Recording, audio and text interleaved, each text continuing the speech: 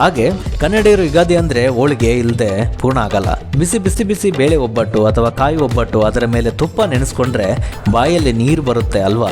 ನಮಸ್ತೆ ಎಲ್ಲರಿಗೂ ಯುಗಾದಿ ಹಬ್ಬದ ಆರ್ಥಿಕ ಶುಭಾಶಯಗಳು. ಹೊಸ ವರ್ಷದ ಆರಂಭ, ಹೊಸ ಭರವಸೆಯ ಚಿಗುರು, ಅದೇ ನಮ್ಮೆಲ್ಲರ ಪ್ರೀತಿಯ ಯುಗಾದಿ. ಆದರೆ ಈ ಹಬ್ಬವನ್ನು ನಾವು ಯಾಕೆ ಆಚರಿಸುತ್ತೇವೆ, ಇದರ ಹಿಂದಿರುವ ಪುರಾಣ ಮತ್ತು ವೈಜ್ಞಾನಿಕ ಕಾರಣಗಳೇನು, ಬನ್ನಿ ಇವತ್ತಿನ ವಿಡಿಯೋದಲ್ಲಿ ಸಂಪೂರ್ಣವಾಗಿ ತಿಳಿಯೋಣ.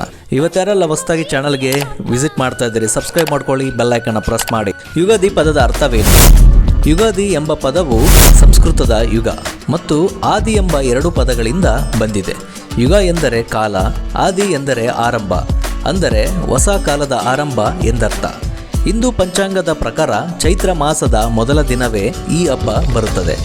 ಯಾಕೆ ಆಚರಿಸುತ್ತೇವೆ? Why do we celebrate it? ಬ್ರಹ್ಮನ ಸೃಷ್ಟಿ. ಪುರಾಣಗಳ ಪ್ರಕಾರ ಈ ಜಗತ್ತನ್ನು ಬ್ರಹ್ಮದೇವನು ಸೃಷ್ಟಿಸಲು ಪ್ರಾರಂಭಿಸಿದ್ದು ಇದೇ ದಿನ.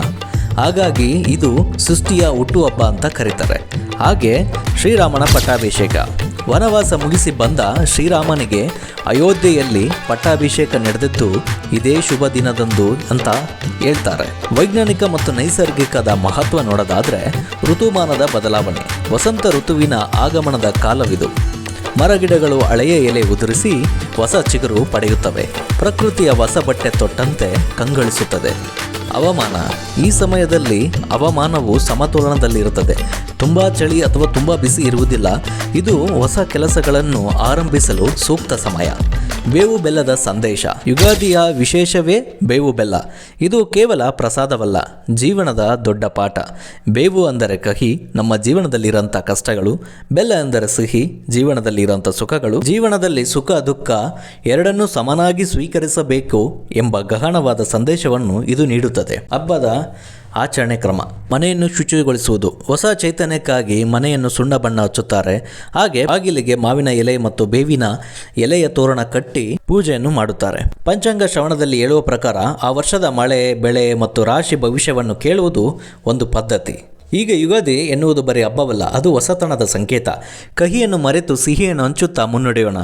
ನಿಮ್ಮೆಲ್ಲರ ಬಾಳಿನಲ್ಲಿ ಈ ಯುಗಾದಿ ಸುಖ, ಶಾಂತಿ ಮತ್ತು ಸಮೃದ್ಧಿಯನ್ನು ತರಲಿ ಎಂದು ಹಾರೈಸುತ್ತೇನೆ.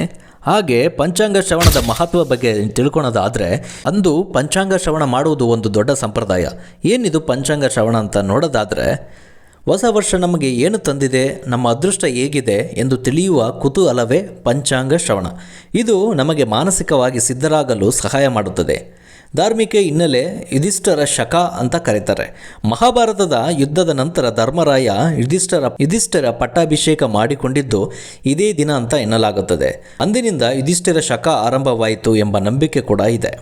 ಆರೋಗ್ಯದ ದೃಷ್ಟಿಯಿಂದ ಯುಗಾದಿ ನೋಡೋದಾದರೆ, ಬೇವು ಬೆಲ್ಲ ಕೇವಲ ಸಂಕೇತವಲ್ಲ, ಅದು ಅತ್ಯುತ್ತಮ ಔಷಧ. ವಸಂತ ಕಾಲದಲ್ಲಿ ದೇಹದಲ್ಲಿ ಕಫ ಹೆಚ್ಚಾಗುವ ಸಾಧ್ಯತೆ ಇರುತ್ತದೆ. ಬೇವಿನ ಎಲೆಗಳು ರೋಗ ನಿರೋಧಕ ಶಕ್ತಿಯನ್ನು ಹೆಚ್ಚಿಸಿದರೆ, ಬೆಲ್ಲವು ದೇಹಕ್ಕೆ ತಕ್ಷಣದ ಶಕ್ತಿಯನ್ನು ನೀಡುತ್ತದೆ. ಇದು ಚಳಿಗಾಲದಿಂದ ಬೇಸಿಗೆಗೆ ದೇಹವನ್ನು ತಯಾರು ಮಾಡುವ ಒಂದು ವಿಧಾನ. ಇನ್ನು ಎಲ್ಲ ರಾಜ್ಯದಲ್ಲೂ ಯಾವ ಥರ ಆಚರಣೆ ಮಾಡ್ತಾರೆ? ಪ್ರತಿಯೊಂದು ಸ್ಟೇಟಲ್ಲಿ ಒಂದೊಂದು ರೀತಿ ಕರೀತಾರೆ. ಫಾರ್ ಎಕ್ಸಾಂಪಲ್, ಕರ್ನಾಟಕ, ಆಂಧ್ರ, ತೆಲಂಗಾಣ ಯುಗಾದಿ ಅಂತ ಕರೆದ್ರೆ ಕರ್ನಾಟಕದಲ್ಲಿ ಯುಗಾದಿ ಅಂತ ಕರಿತೀವಿ. ಹಾಗೆ ಆಂಧ್ರ, ತೆಲಂಗಾಣದಲ್ಲಿ ಉಗಾದಿ ಅಂತ ಕರೀತಾರೆ. ಮಹಾರಾಷ್ಟ್ರದಲ್ಲಿ ಗುಡಿ ಪಾಡ್ವ ಅಂತ ಕರೀತಾರೆ. ಕೇರಳದಲ್ಲಿ ವಿಶು ಅಂತ ಕರೀತಾರೆ. ಪಂಜಾಬಲ್ಲಿ ಬೈಸಾಖಿ ಅಂತ ಕರೆದ್ರೆ ಪಶ್ಚಿಮ ಬಂಗಾಳದಲ್ಲಿ ಪಹೇಲಾ, ಬೈಶಾಖ್ ಅಂತ ಕರೀತಾರೆ. ಒಟ್ಟಿನಲ್ಲಿ ಹೆಸರು ಬೇರೆ, ಹಬ್ಬ ಆಚರಿಸೋದು ಮಾತ್ರ ಒಂದೇ. ಆದರೆ ಅವರವರ ಸಾಂಪ್ರದಾಯಿಕ ಪ್ರಕಾರ ಆಚರಿಸ್ತಾರೆ.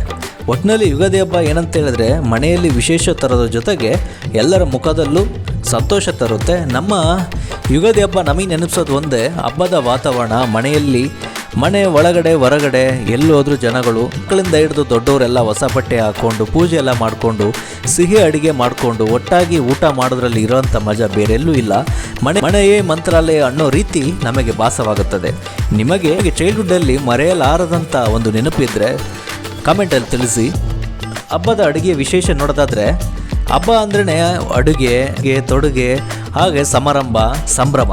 ಇಲ್ಲಿ ಏನಂತ ಹೇಳಿದ್ರೆ, ಯುಗಾದಿ ಹಬ್ಬ ಅಂದ ತಕ್ಷಣ ಹೊಸ ಬಟ್ಟೆ, ಮಾವಿನ ತೋರಣ ಆಗಿರ್ಬೋದು, ಬೇವಿನ ಸೊಪ್ಪು ಆಗಿರ್ಬೋದು, ಎಣ್ಣೆ ಸ್ನಾನ ಆಗಿರ್ಬೋದು, ಅಂದರೆ ಪ್ರತಿಯೊಂದು ವಿಶೇಷವಾಗಿ ಯುಗಾದಿ ಹಬ್ಬ ಅಂತ ಸಂಭ್ರಮ ಬರೋದೇ ಈ ಎಲ್ಲ ವಾತಾವರಣ ಕಲಿತಾಗ. ಹಾಗೆ ಕನ್ನಡಿಗರು ಯುಗಾದಿ ಅಂದರೆ ಹೋಳಿಗೆ ಇಲ್ಲದೆ ಪೂರ್ಣ ಆಗಲ್ಲ. ಬಿಸಿ ಬಿಸಿ ಬಿಸಿ ಬೇಳೆ ಒಬ್ಬಟ್ಟು ಅಥವಾ ಕಾಯಿ ಒಬ್ಬಟ್ಟು, ಅದರ ಮೇಲೆ ತುಪ್ಪ ನೆನೆಸ್ಕೊಂಡ್ರೆ ಬಾಯಲ್ಲಿ ನೀರು ಬರುತ್ತೆ ಅಲ್ವಾ? ನಿಮ್ಮ ಮನೆಯಲ್ಲಿ ಈ ಬಾರಿ ಯಾವ ಒಬ್ಬಟ್ಟು ಮಾಡ್ತಿದ್ದೀರಾ ಅಂತ ಕಮೆಂಟಲ್ಲಿ ತಿಳಿಸಿ. ವಸಂತ ಕಾಲದಲ್ಲಿ ಚೈತ್ರ ಮಾಸದಲ್ಲಿ ಬರುವಂಥ ಈ ಯುಗಾದಿ ಹಬ್ಬ ನಿಮ್ಮ ಬಾಳಲು ಕೂಡ ಸುಖ, ಸಂತೋಷ, ನೆಮ್ಮದಿ, ಐಶ್ವರ್ಯ, ಸಂಪತ್ತು ಕರುಣಿಸಲಂತ ಹಾರೈಸುತ್ತಾ ಈ ವಿಡಿಯೋನ ಇಲ್ಲಿಗೆ ಕಂಪ್ಲೀಟ್ ಮಾಡ್ತಾ ಇದ್ದೀನಿ. ಮುಂದಿನ ವಿಡಿಯೋದಲ್ಲಿ ಮತ್ತೆ ಸಿಗ್ತೀನಿ. Take care. Please do subscribe to my channel and see you on the next video. See you.